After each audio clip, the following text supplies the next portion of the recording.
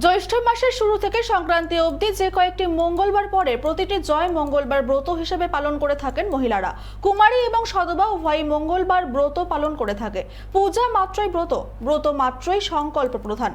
পৌরাণিক প্রথা অনুযায়ী ব্রত ধারণ দ্বারা আত্মার প্রসন্নতা হয়, চিত্তের সংযম অভ্যাস হয়, ইষ্টের প্রতি একাগ্র ভক্তি এবং সমুদয় নরনারীর প্রতি উদার ভাব জাগ্রত হয়। বাড়ির গৃহলক্ষ্মীরা স্বামী পুত্র সহ পরিবারের সুখ কামনায় নানাবিধ পুণ্যকর্ম করে গৃহের অশেষ মঙ্গল সাধনের জন্য সারা বছর একাধিক ব্রত করে থাকেন। সেই মতোই জ্যৈষ্ঠ মাসের শুরু থেকে সংক্রান্তি পর্যন্ত মাসের প্রতিটি মঙ্গলবার জয় মঙ্গলবার মঙ্গলচণ্ডীর ব্রত করে থাকেন তারা। সেই মতোই আজ জ্যৈষ্ঠ মাসের শেষ মঙ্গলবারে বাঁকুড়ার মহামায়া মন্দিরে পুত্র কন্যা স্বামী এবং পরিবারের কল্যাণ কামনায় পুজো দিতে হাজির হয়েছিলেন মহিলারা। জ্যৈষ্ঠ মাসের মঙ্গলবার এটা মা চণ্ডী মায়ের পুজো হয়। তো আমাদের এখানে মা মহামায়ারই আমরা পুজো করতে আসি। সকল মন্দিরেই একই মায়ের মন্দির, তো আর এই মন্দির স্বামীর মঙ্গল কামনার জন্য পুজো করা হয়। তো আমরা সকলে আমরা মেয়েরা এটা মহিলারাই বিশেষ করে। তো এখানে পুজো সকালবেলায় স্নান টান করে এসে আমরা ঠাকুরের মন্দিরে পুজো দিই।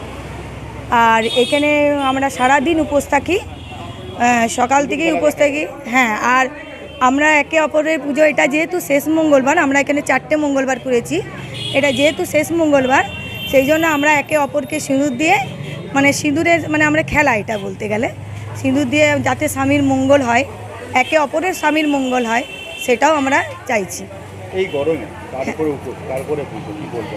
এই গরমে উপোস করতে ইচ্ছে করে না, কিন্তু কিছু কিছু ক্ষেত্রে আমাদের করতে হয়। আমরাও পরিবারে একটা সমাজে আছি, আমাদের স্বামীদের মঙ্গল কামনা এবং এখানে পরিবারের জন্য সবার জন্য এই মঙ্গল কামনা করার জন্য আমাদের মেয়েদের তো করতেই হবে, মা বলুন স্ত্রী বলুন। আজকে মা মহামায়ের মন্দিরে এসেছি। জ্যৈষ্ঠ মাসের শেষ মঙ্গলবার আজকে স্বামী সন্তানের নামে পুজো দিতে এসেছি।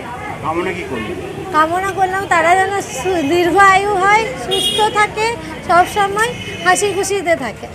উপোস মানে ভাত খাওয়া চলবে না, কিন্তু চিড়ে মুড়ি সবই খাওয়া চলবে, শুকনো খাবার, কিন্তু নিরামিষ হতে হবে।